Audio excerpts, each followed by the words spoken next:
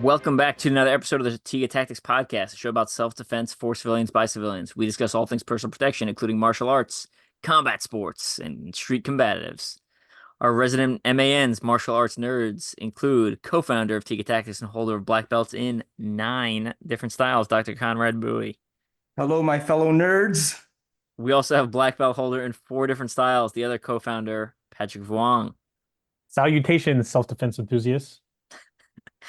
And I am your other co-host, active duty Army Special Forces soldier and champion obstacle course racing athlete, Evan Ultra-OCR man Perperis. I am very excited about today's episode because we are talking about one of my favorite topics.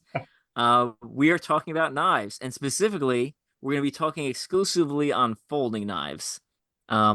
Sometimes a lot of people carry knives as utility tools because that's what they are. They can be used for a lot of different things. And there's a lot of benefits to carrying a fixed blade, but I know more people are comfortable carrying folders, and folders generally look more innocent, more normal versus a fixed blade. But I'm sure we'll jump into all that. So let's talk about some of the advantages and disadvantages about carrying a folder knife before we start getting into like recommendations and features and stuff like that. We'll send it over to Patrick, I guess, because you've reviewed more knives than, I don't know, anyone I know. So Yeah, those of you who don't know, I've been reviewing knives professionally since I think 2006.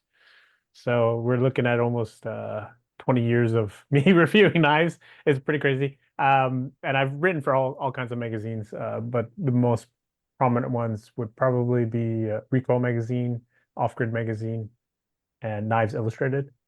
And so yeah, folding knives. Okay, I love all knives. So it's I both love this episode and hate this episode because it will mean that I will have to pick certain ones over others. I don't want any other knives to cry that I didn't pick them. No, I'm just joking. I'm just joking. But yeah, it's such a broad topic, yet niche for some people. And so yeah. So where should I focus in on, Evan? Well, before you start, Patrick and Evan, I got to say, it's so cool to review knives. When we were at your place, myself and Evan, we saw your box of samples and we were just like, I was drooling. actually several boxes of samples. And I think we were both drooling. Yes. Yes. So that's one of the cool benefits of reviewing knives is that if the company doesn't need me to send them back, then I theoretically get to keep them.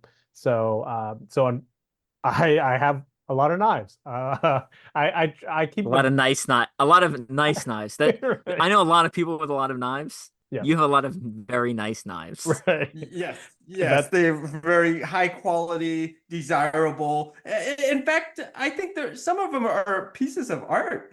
yes. Oh yes. I think I would agree with that art statement. It takes a craftsman, it takes someone time to design and craft these knives, it takes skill.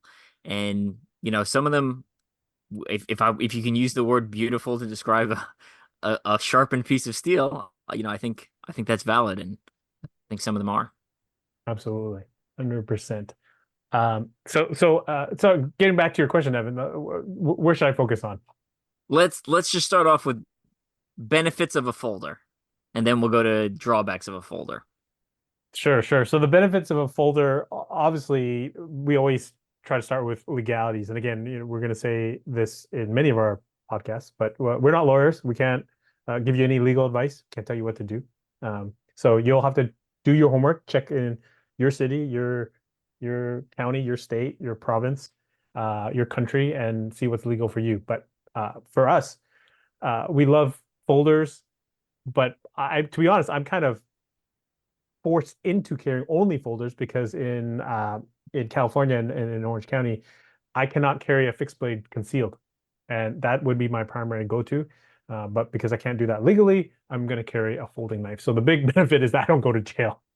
I don't go to jail. You can one. carry a fixed blade as long as it's not concealed, but who wants to do that unless you're camping or something? Right, right, exactly. So benefit number one would be stay legal, stay out of jail, and number two is that they're a little less bulky. They don't get in the way and they're more convenient to carry because you can put them in different places. We can carry um, concealed if they're folders. And then kind of going off what Conrad just said is that they don't catch people's attention as much as a fixed blade that was in open carry. Unless you're working at a grocery store or you're some sort of farmer, carrying around a fixed blade on your belt, it's going to catch a lot of people's eyes, and that may be good, that may be bad, right? But I personally don't want to draw attention to myself. I want to be as uh, gray man as possible, which is a term to basically say blend in wherever you go. Yeah. Even in places where it's legal to carry a fixed blade concealed, and someone's like, "Hey, I need to open this box," and you're like, and you pull out like a sword, it freaks people out. Right. Like, I mean, the fixed blades I would carry when I was in Kansas were not like giant Bowie knives. They were just like small, functional fixed blades, and a lot of times I'd pull one out to do something, and people would be like, "Whoa, where'd that come from?" It's like it's fine, guys. It's just like a folder, except it's just one piece of steel. So. All right, so a little more utilitarian. The optics look a little bit better. Let's talk about some disadvantages. Conrad, why don't you jump in? Well, for sure, one of the disadvantages will be that it's got moving parts. So when it has moving parts, you have to open it. And so under duress, under stress, under the fact that somebody might be punching you in the face, opening it can be a little dicey. So that's a drawback as well there. Another drawback might be what we were talking about, a fixed blade versus a folder. It's not as sturdy as a fixed blade, and so it can fail. There's sometimes with the extra joint, the folder can fall apart, screws can come loose, springs can wear out. And then there's no guarantee that the locking mechanism is going to be 100%. I mean, there's some really robust locking mechanisms, but it's still two separate pieces of steel contacting each other, and there's no guarantee that that's going to hold either. So if that folds up, you could definitely cut yourself, lose some fingers as well too. Speaking of losing fingers, if you don't have it situated right. In other words, you're not carrying it right, and you're not putting it in a good location. Reaching for it, and if it's partially opened, you could lose some fingers there as well too. So there are definite drawbacks to having that folder. One thing with the advantage though that we didn't mention is that you don't have to open it, right? You could just use it like a Kubaton or a pocket stick type of implement. And so that's a benefit too. So maybe you're in a situation where you feel like lethal force is not necessary because it is a lethal weapon. It is a deadly weapon. If you do use this to defend your life or the life of someone you love, it's considered a deadly weapon, just like a firearm is. And so if you're in a situation where you feel that's not necessary, you can keep your folder closed and use it like a pocket stick. So that's a benefit that a fixed blade does not have. Yeah, absolutely. I will say though, one thing to be aware of is if you pull out, even if you don't actually take out the blade, the court might still find you as presenting a deadly weapon Mhm. because just because you haven't opened the blade yet, they still might find that as something that could have a lethal response from the other person. So just something to be aware of. But you're Absolutely. 100% right. I mean, you can use it as a non-lethal impact tool, definitely. I know I've read a couple of books, and I think I've used it on the podcast before. Is some people call folding knives pre-broken knives again because they're in two pieces, and like you're saying with that single joint, there's a lot of stress going through that single pin. Can't remember what state I was looking at, but I was looking at some of the state laws for blade carry, and there was some states that actually like specifically single out blades with locking mechanisms as like an additional feature that's not authorized or of knives of a certain length. And I was like, that's insane because like I don't want a knife that's not that doesn't lock. Like even for doing mundane things, like that's not what I want. Like it Oh, makes me. come on, Swiss Army knife, man. Oh, that's like when I use a Swiss, I still have several Swiss Army knives. They're Me functional for too. things. I love them. I I feel very uncomfortable using the blade on that because it doesn't lock. Like Right. my Gerber locks. My Gerber when I open my Gerber, it will lock into place. But Mhm. a Swiss Army knife is just like loose. I don't know. I just see it folding onto my fingers and cutting my fingers off. So not a fan. Yeah, definitely not something you'd want to use for self-defense for sure. What about some other features? Let's talk about some features, right? Let's say, all right, I want to make sure it's legal, obviously. I want to make sure it's functional for whatever I'm needing it primarily for utilitarian tasks to do. What other features should I be looking for if I'm going shopping for a folding knife? I guess Patrick, you are the knife reviewer, knife nut reviewer here. Yeah, people always ask me, "Hey, what's the best knife?" And I always say the knife that's in your hand, Mm. because everybody's different, and so I give that answer as kind of like a joke, but not really, because it serves two purposes. One is it's funny, and two, if you can't get your folding knife out in time for a defensive situation and it's not in your hand, it's still in your pocket, then that's probably not the folding knife you want to carry if your purpose of carrying is for self-defense. And so I usually say, number one, what's your purpose? Why are you carrying this folding knife? What is it for? Are you strictly you carrying it for self-defense? Or are you also going to use it for certain things? Maybe it's for your work. Maybe it's you like to buy things on Amazon, so you're cutting a lot of boxes. Or do you want to have that versatility where it could be a utilitarian thing, or it could also be a defensive weapon? And so you've got to answer that first before picking your knife. A lot of people would just buy the first knife that they think is really cool, and then they try to Mm. shoehorn that into all these other categories, and that's not how it works.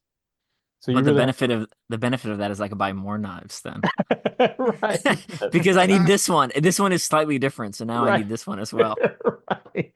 Exactly. So yeah, so I'd say number one is figure out what the function is for. Most people would say, I want an EDC. Nowadays, I want an EDC knife. I want an everyday carry knife, which means it's got to be versatile because I may cut fruit, I may cut boxes, I may have to cut a bad guy, and so if it's that, and defense is a part of that, then it goes into the next phase, which is, can I get it out quickly and safely? And So then what are that some that opens up a whole nother door. Yeah, that open that's it's funny. Like every time you like peel back a layer, it's like, oh, it's like one of like a tree diagram where like Hmm.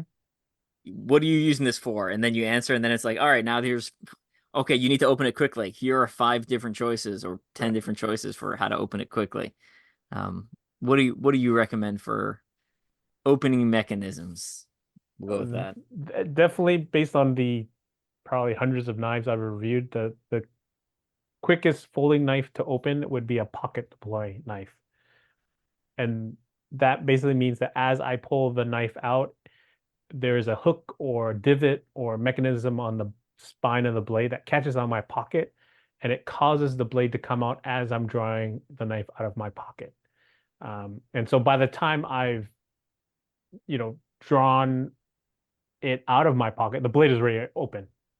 And then I just have to regrip once, and then I'm ready to go.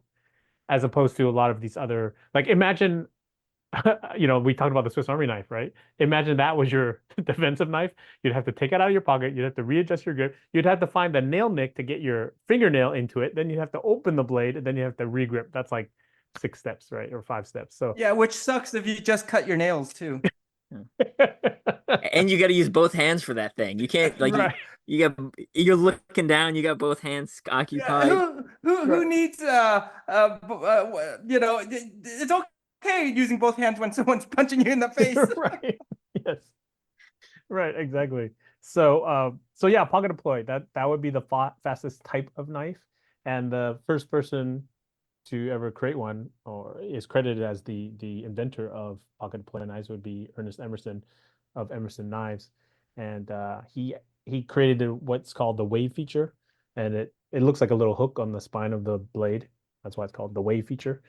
And funny story is that he actually created it for Navy SEAL because he became very popular amongst Navy SEALs as a knife maker. And so one Navy SEAL decide, hey, I need a blade catcher. And he's like, what do you mean a blade catcher? He's like, a hook on this or something that will catch the other person's knife in my knife so I can disarm him and then finish him.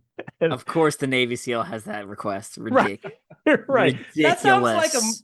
that sounds like a martial artist who asked for that. right, exactly. No, that sounds like a Navy SEAL to me. I Oh, Oh, says I have some Arnie. strong. I have friends who are Navy SEAls. We like to Uh, bust each other's balls a little bit. yeah, so he wanted a knife catcher. Basically, like he wanted a modern version of the sai, for those of you who know Japanese weaponry. And so Ernest Emerson went back to his shop and started inventing different types of things that could catch another person's knife and put it in his pocket, pulled it out, and he's like, "Oh my God, it opens the blade." So he goes and he calls the Navy SEAL, and the Navy SEAL says, "I know, I just figured it out myself right now." So it was one of those, one of those amazing inventions by accident. That's great. It's such a. I think it's just a game changer. Yeah. I after being introduced to the Emerson Wave feature, I'm like that's. I will essentially refuse to buy a folder at this point unless it has that feature. Mhm. I'll make small exceptions, but like as a general rule, if it doesn't have that feature, I already put it in like, I'll find one that's similar that has that feature just Right. because it's and it even for not for self-defense, I'm opening an Amazon box and I have one hand is holding the box, I can open the knife with the other hand, right? Exactly. And like not put down the box. It's just very utilitarian, it's very functional. Yep. Um I love it. Love it. And So, I've heard I've seen people do it online, but I haven't done it with any of my knives. That if you have a blade that has the hole in it, mhm, I've seen people take like zip ties and actually zip tie mhm. like through the hole and then cut the zip tie, and essentially it's like the poor man's wave, and the zip mhm, tie will like catch on the corner of your pants there. Yep, that's a cool hack. And also shout out to my friend Bram Frank. He also has a similar feature called the Bramp, and it does basically the same thing as well too. yeah, Nice. yeah. So the Bram Frank, amazing martial artist and knife designer, he has his Bramp, uh, and there are other types of pocket deploy features mechanisms. There's the Bramp. Um, there's actually a DPX Gear. The the owner of that company, Robert Pelton Young, he actually created a bottle opener on the back of his blade spine, and that actually does the same thing. So he didn't know, he had no clue that it would be that his bottle opener would become a pocket deploy feature. And a lot of people called him out and said like, "Oh, you're just copying Emerson." And he's like, "Dude, I have no idea, what you're talking about. Like, this is purely a bottle opener, and it just happened to work as a pocket deploy." And then there's a couple other companies with similar features, but Emerson obviously has a patent on the wave feature, so it has to be quite different looking, or they're going to get in legal trouble. So I would say there's three or four pocket deploy type mechanisms out there. Nice. Nice. So, so what else? Any other features? Give me some other features you want to consider. So the blade deployment, right? So we got the pocket deploy. I'll just go through them because there's so many, but there's the pocket deploy, there's the flipper tab, there's the good old thumb stud where you use your thumb to open the blade. There's Spyderco has a thumb hole, so instead of a stick basically that sticks out of the blade, they manufacture a hole in the blade, and you put your thumb in that hole and you open it. Um, and then there is I have to mention this because his is also a pocket deploy actually, and I'm drawing a blank now on his name, but his it comes out it's being mass produced by CRKT, and it looks like a Talon. Um, do you know what I'm talking about here? Yeah, I know what you're talking about. I'm drawing a blank on the name as well too. It's a kinetic open, but anyway, the name will come to me.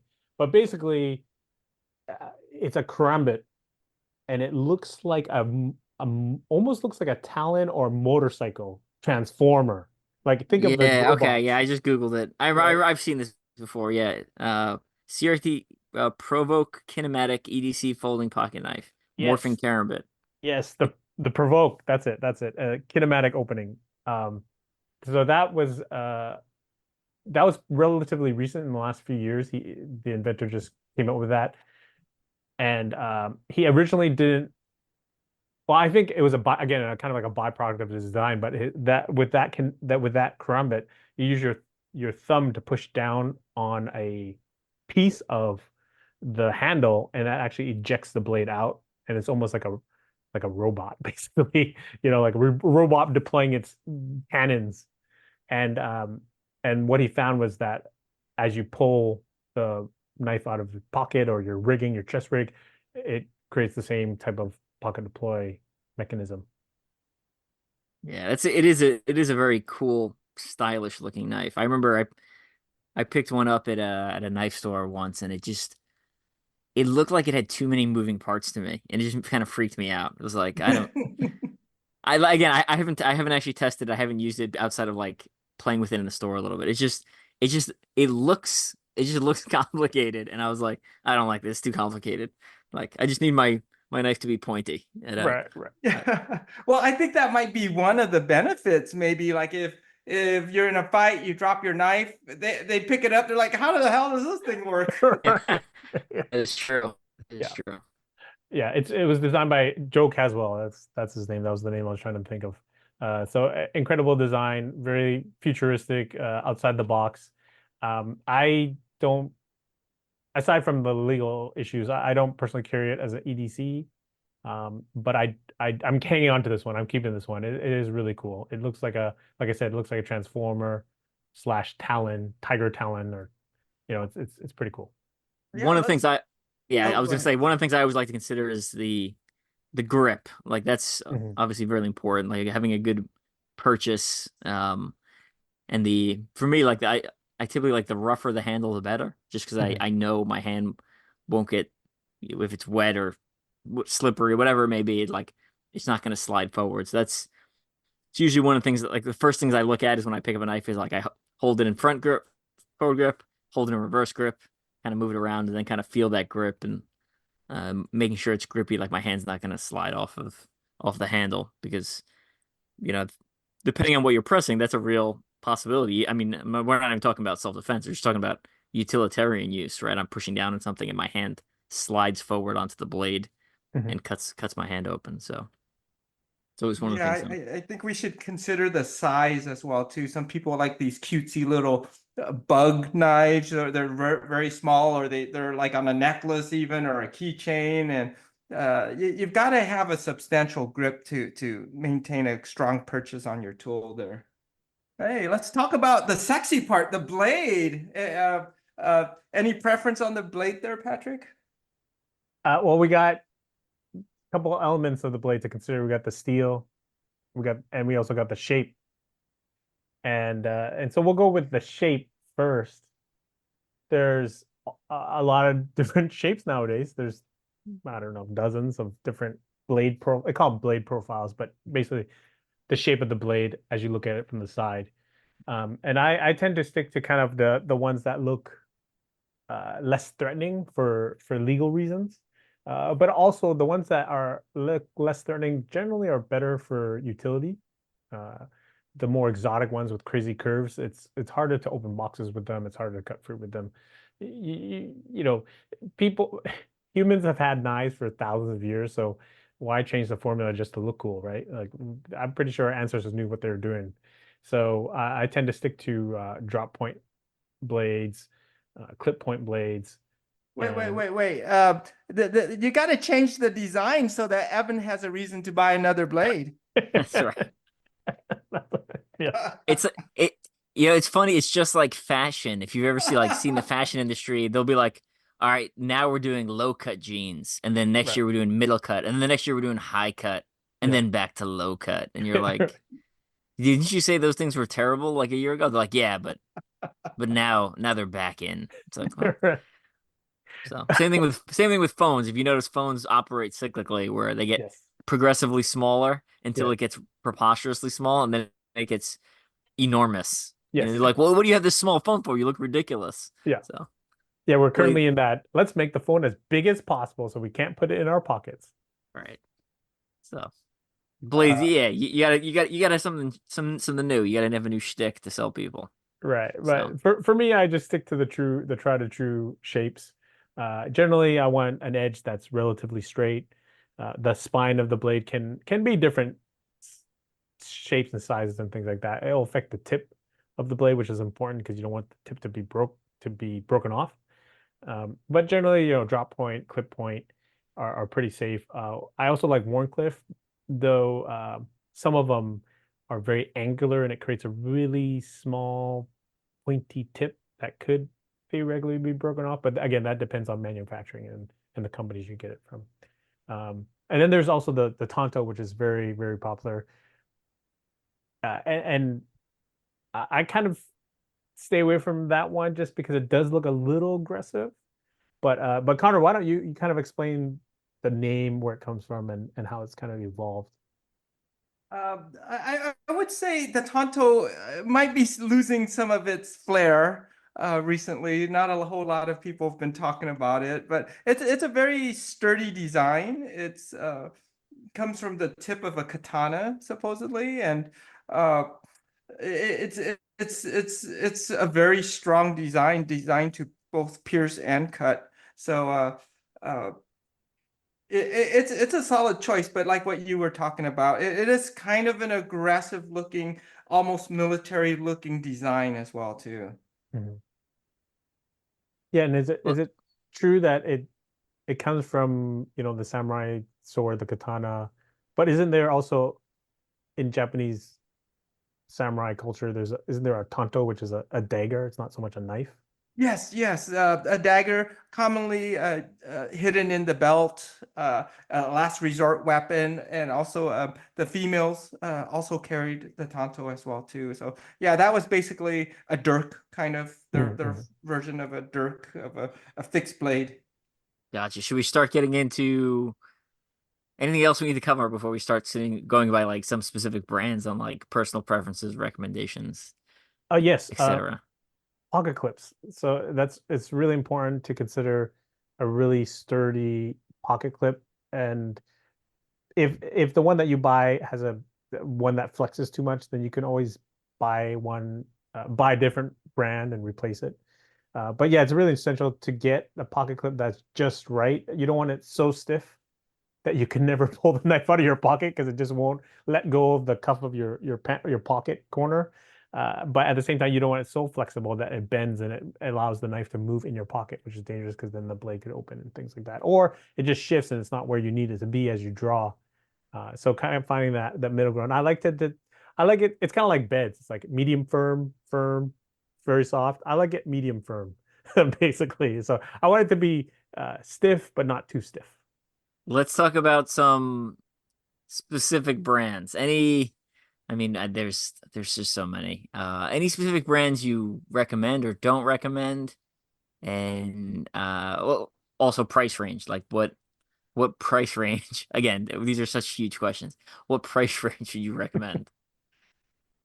Yeah, that definitely goes back to the individual because what's affordable to me may be chump change to somebody else, right? So uh, it really comes back to what are you looking for and how much are you willing to spend for it. I know guys who they go to Blade Show, which is the biggest knife show in the world, or at least in America, but I think it's the biggest knife show in the world, and they'll easily drop $1,000, $2,000 for a knife A single knife? for a For single knife, yes, because it oof, comes from their favorite custom knife maker. I'm not there yet.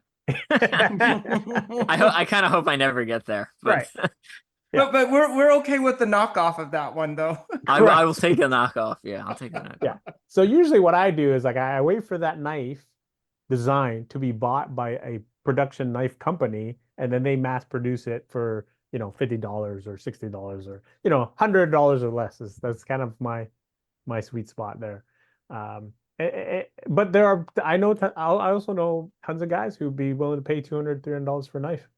Um, if it's from one of the more premium production knife companies. So it goes back to, what are you willing to spend? And then from there we can kind of go. and get more specific, did you want to start on the high end or the low end, Evan? Let's start on the low end. Usually when people ask me for recommendations, I give them three price points. I'm like, all right, here's one for like below 40. And then I do one for like, 40 to, I don't know, 100, 150 or so, kind of like that. Yep. And then one like designer, what I'll call it, like 150 plus, Yeah. you know, Yeah. Gucci knives there. Right, right. Well, I would say for budget knives, if you want to spend $50 or less, then you got to go with Kershaw Knives. It's a American company, but they make their knives in usually China, overseas, usually China. But I have to say, these Chinese made knives are really well done. If they didn't stamp it with the made in China, I would actually think they're American made. That's how good Kershaw's knives are, and it's partly they probably I've talked to them about this before, and it's a combination of them picking the right manufacturer and then having really good quality control and setting their standards a bit higher than a lot of these other American companies who make their knives in China. So Kershaw, it's really hard to beat. They have the price point, they have the quality, and then they have collaboration with Emerson Knives so that some of their Kershaw knives have the Emerson Wave feature on them. So you can get an Emerson knife clone basically for roughly 40, $50. Hmm. Any opinions on Gerber or Smith and Wesson? That the military bases will tend to sell a lot of those brands. So Gerber used to be really make really good tools. Then they recently, I believe, got bought out by a huge multinational corporation. Hmm. And I've noticed that the quality has gone down. And so with Gerber, I would take it on a tool by tool basis. I'm not going to blanket statement and say they're all bad or that they're all good. It's that you really got to get hands on with the one that you're thinking of getting and do like a mini test before you buy it, which is Yeah. hard in the days of Amazon and things like that. Everybody just wants it, online. But I would rather highly recommend trying to get hands on with it first before buying it. Yeah. I like from the look on the kind of the lower price range. I like a lot of their look, their design. I have not physically used them, but like when I see them in the store, like or like they're usually in the package a lot of times, or if I pick it up briefly, I usually like the look and feel. But I don't own slash have tested any of those. Yeah, and then What? Oh, just real quick, uh, what's your opinion on CKRT? CRKT. They're one of my favorite brands on the lower end. They team up with a lot of really cool designers, like Ken Onion, who's a legendary knife designer. So some of those knives are just amazing. But they do sell a spectrum of knives in terms of quality. So you can buy the artwork pieces that are $500 and made out of carbon fiber, and you can buy the $25 knife that's on the low end. And so I would say uh, that quality wise, it depends on the knife you get because I'll be totally honest here, right? Some of the knives that have failed have been CRKT. There aren't too many knives that like just completely fall apart on me. The few that have, they were actually CRKT knives. But on the flip side, some of the best knives I've ever tested were CRKT knives. So it's really weird. It's a weird thing, but I think partly it's because they are what's referred to as a production knife company, mass produced knife company, and so they want to appeal to a wide audience, and that means a wide range of designs, wide range of quality, and a wide range of price points. Let's talk a little more about let's go a little bit higher in price. So, 50 to 150-ish range. Sure, then that takes us to kind of like the Spyderco and Benchmade area of the market, and those are once you get to that range, pretty much you're going to be getting a pretty good knife. I've never had a bad Spyderco knife, a bad Benchmade knife. In terms of quality and manufacturing, the design is a whole nother story. Like maybe it didn't fit in my hand right, maybe I don't like the way it opens, that kind of thing. But in terms of quality and like long-lasting qualities, they're all pretty good once you get to that price point. Yeah, Benchmade is my go-to in that range. I tend to like their designs. Their customer service has been really good. I've had some really good experiences with them. And then they're again the quality. I own several Benchmads. I think they're just really good. So usually that's my recommendation for that middle range. I will caveat the so when I went to that I went to a seminar with Ed Calderon, and he was not a fan of Spyderco. Hmm. He said they've tested them against pig carcasses, Mhm. and he just had a lot of failures as far as like the tips breaking off. Of course, I wasn't there, so I don't know how rough he was being on them. But Right. Right. there comes a point when like every knife will break. So Sure. I don't know what exactly they were doing. Yeah. But I've he was not a fan. right, right. I do have to say that I've had a couple knife tips break and they were Spyderco's, but I do have to, on the flip side, I do have to say that I really like a lot of Spyderco knives. The quality wise, they're usually really, really well made. So it could also be again the design, like I said, if the profile of the blade comes to a really sharp angle at the tip, then obviously it'll be weaker and easier to chip or break. And like you said, who knows what they're doing? Are they trying to, you know, kind of sculpture out of the bones? Like, Right. so who knows how they're using. I will fully admit that I was using that knife, the knife that I chipped, broke the tip off of, as a pry bar. So that obviously is not ideal. So, but I've done, I've used knives as pry bars with other companies. They don't usually break. Conrad, did you have any thoughts on the mid range? Oh, Benchmade, me on the Spyderco? mid range? Yeah. No, mid range is kind of high range for me. Sorry. That's Right. fair. Let's do high range, really high range. So essentially 150 plus to, I don't know, bad life choices range. Right. Right. That basically the category that falls under don't tell your wife about it. Yes. Yes, Yes, yeah. exactly. I I would. actually don't even know that many folders that are that expensive. Oh, So Patrick, go ahead. yeah, yeah. No, I would say we'll go back to our man Ernest Emerson and go with Emerson knives. His folders are generally around the 200 plus range, Mm. and you know, if you want to support an icon in the industry, a patriot, a longtime martial artist, then get an Emerson knives knife. They're amazing. You can drive over them with a truck, and they'll still be working fine. Another higher-ish range company that I really like is I mentioned them before, DPX Gear. A lot of their folders are kind of oriented toward outdoor survival, but they do make EDC knives as well.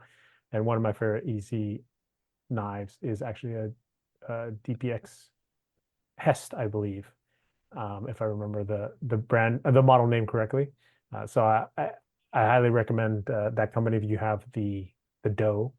I also like Bastinelli knives, and the owner and the head designer, he's a martial artist. He's a Kali instructor. I believe he's done other martial arts too. So all his knives are they're, they will absolutely kill people. But it's also art. He actually calls it tactical art because it's very the aesthetics are very cool. He's very artistic, and so they're both deadly and artistic. Mm. Good recommendation there. I'm gonna have to Google some of these brands that I'm not super familiar with. Yeah. And then the last one, I just want to throw it out there because they're not as well known in America as half-breed blades. They're from Australia. Again, they're more for the hardcore outdoor military, law enforcement, firefighter type tools. So they're usually big and burly, but they do have folding knives as well. And they're all just extremely hardcore, well built, can last, in hard use situations. I haven't looked at their folders. Their fixed blades look really nice though. I think I started following them because of you at some point. So Yes, probably. Yeah, I'm a big fan of theirs for multiple reasons, but they're one of the big things is that they're purpose built. You know, they don't just make something to look cool. It's made that specific way for a reason. Yeah, they have like a ver I know we're talking about fixed folders here, but they have a version of like it almost looks like the sock P dagger where Hmm. it's got that loop. But they made like a nice bigger essentially loop at the on the backside, Yes, which as same as my one complaint about the sock P dagger, the little loop at the top's a tiny bit it's a little too small, yes, right? Especially if I got gloves on, right, and I'm trying to access that with a yeah, that's like a fine motor movement where like I'm trying to get my finger through this tiny hole yep. to draw it. So yeah, I liked that design on theirs. Yeah, Have- what do you think of Fox knives, Patrick? I know some of their knives can be over like $300. Oh yes, yes, Fox Knives. So Fox Knives is very similar to CRKT in the sense that they're a catch-all type of company. They hire all kinds of different knife makers, and then they make all kinds of different knives. And they offer them at all the different kinds of price points. So if you get the right, you find that sweet spot, their knives are pretty awesome. They do offer some knives with wave features, I believe, some that are karambit style, some that are straight edge, and so they have quite a bit of versatility. It's a really uh, diverse arsenal that they offer, and so I do like some of them. I love some of them, and I like a lot of them, I should say. I actually got a Fox Karambit as a with the Emerson Wave feature as a gift a couple years ago. Super nice. I really like it. Nice, awesome. Yeah. It's like as again, if you're comfortable and you feel like a Karambit is the right choice for you, to me the quality of the one I have is just phenomenal. Um, yeah, I really like it. Usually something I would only carry in uniform, just again because it's like it's got that all black aggressive, Talon look. So um, again, you take that out at certain places, even to open a box, and people are like, "What are you doing?" It's like it's like literally it's a sharpened edge. It's just like a normal knife, except this one's like more hooky shaped. And like Right. but And I do want to just throw out a couple more names because they're lesser known. They're not as popular in the mainstream, but Protect knives. Protect as in technology at the end, not protect as in protect someone. Protect knives, they make they're focused on automatic knives. So if you like switch blades and things like that, they make some really good knives. Obviously, in California, they're pretty restricted unless they're less than 2 inches, I believe, in blade length. But they make exceptional knives, and the people who work there are really cool. I also really like Pinkerton knives. That's a super small. It's basically a one-man show. Dirk Pinkerton. Funny that his name is Dirk, but Dirk Pinkerton. He makes some really cool designs. But he's just kind of a one-man show. So I want to kind of shout his name out because he's a really cool dude, makes really cool knives, and is a good guy. And hopefully his stuff becomes more popular. And then the last company I wanted to shout out was Giant Mouse. They were formed by two European knife makers, and these guys have made knives for everybody around the world. Their stuff is amazing.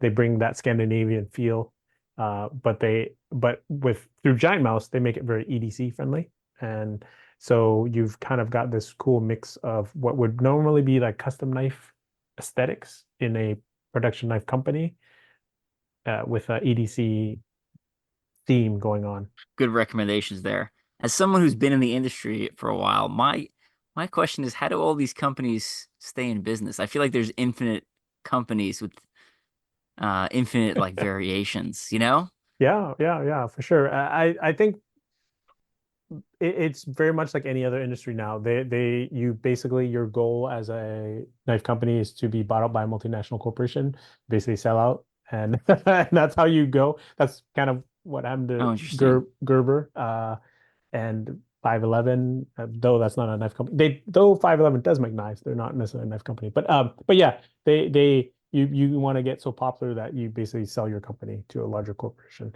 For the guys who don't do that, it's a labor of love, and they're just gonna keep in the family like Emerson Knives. That's a family-owned company. So they're just going to keep doing it and pass it down to their kids. Mm. But And yeah, then it's one more as go ahead. go for it.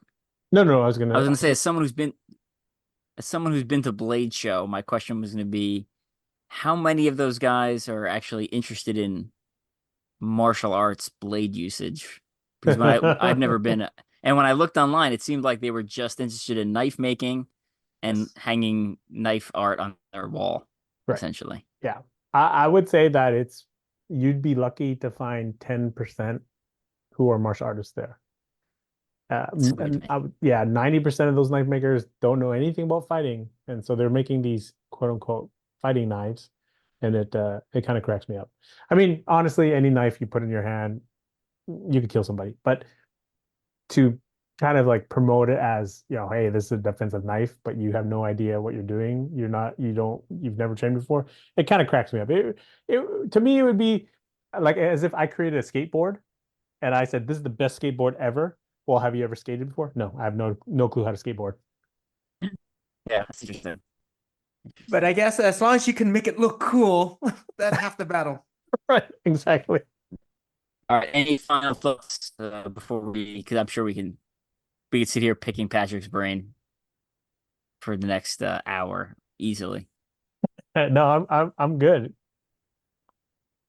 Final shout outs we need to give for upcoming events, opportunities, etc.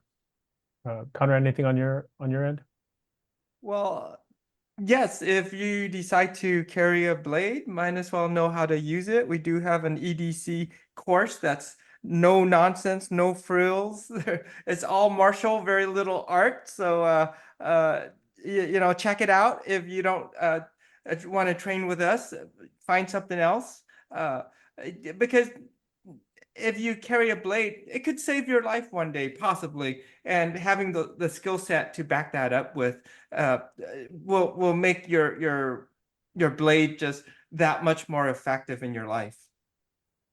Yeah, the EDC knife course I think my personal favorite course of Tiga Tactics. I just really I enjoyed the live seminar and I enjoyed the online one. I thought they were both very good. And then there's also there's the EDC Karambit course if someone likes the sexier knives as well. If people want to check that out. Absolutely. Patrick, any final shout outs for upcoming things? No, I'm not quite sure when this will release, but End of the yeah, month. Yeah. end of the month. Yeah. So um, just remember that we have our worst case defense seminar in October. That's going to focus on how to handle two, scariest situations that we are always asked about, and that is how to defend yourself when you're unarmed against a gun threat and against a knife attack. So we'll give you practical solutions for both, and put you through some pressure testing and do it in a way that's safe, fun, and effective. Awesome. So check that out. We'll drop the links down below. Also, just released my book, Tiga Tactics Runner's Guide. I got the name wrong. Run if you can, destroy if you must. Tiga Tactics Runner, I guess, Runner's, Walker, and Hiker's Guide to Self-Defense. Something like that. Run if you can, destroy if you must is the book. And I was also recently on a podcast called the OCR Report. I gave Tiga Tactics a shout out on that. So if anyone wants to check that out, talk a little bit about you guys over there on that channel. So check out that book. It's available on Amazon. Hard copies are available now. Digital copies will be available at the end of September. And then I started a Patreon page to do some short videos to produce some additional content. I'll be sharing a couple of them in the Tiga Tactics Team Tiga Tactics group if you're in that, so you can get a kind of a feel for it. But just me kind of running my mouth about really short videos, 5 to 10 minutes, one a day or so, just talking about various martial arts and various different systems and things I've learned from the military and some war stories. You can check that out. The link's going to be down below. Oh, just real quick, I can't wait to join that. That sounds really cool. Thank you, Conrad. We will see everyone in the next episode. Thank you so much, guys. I appreciate it. Yep. Bye.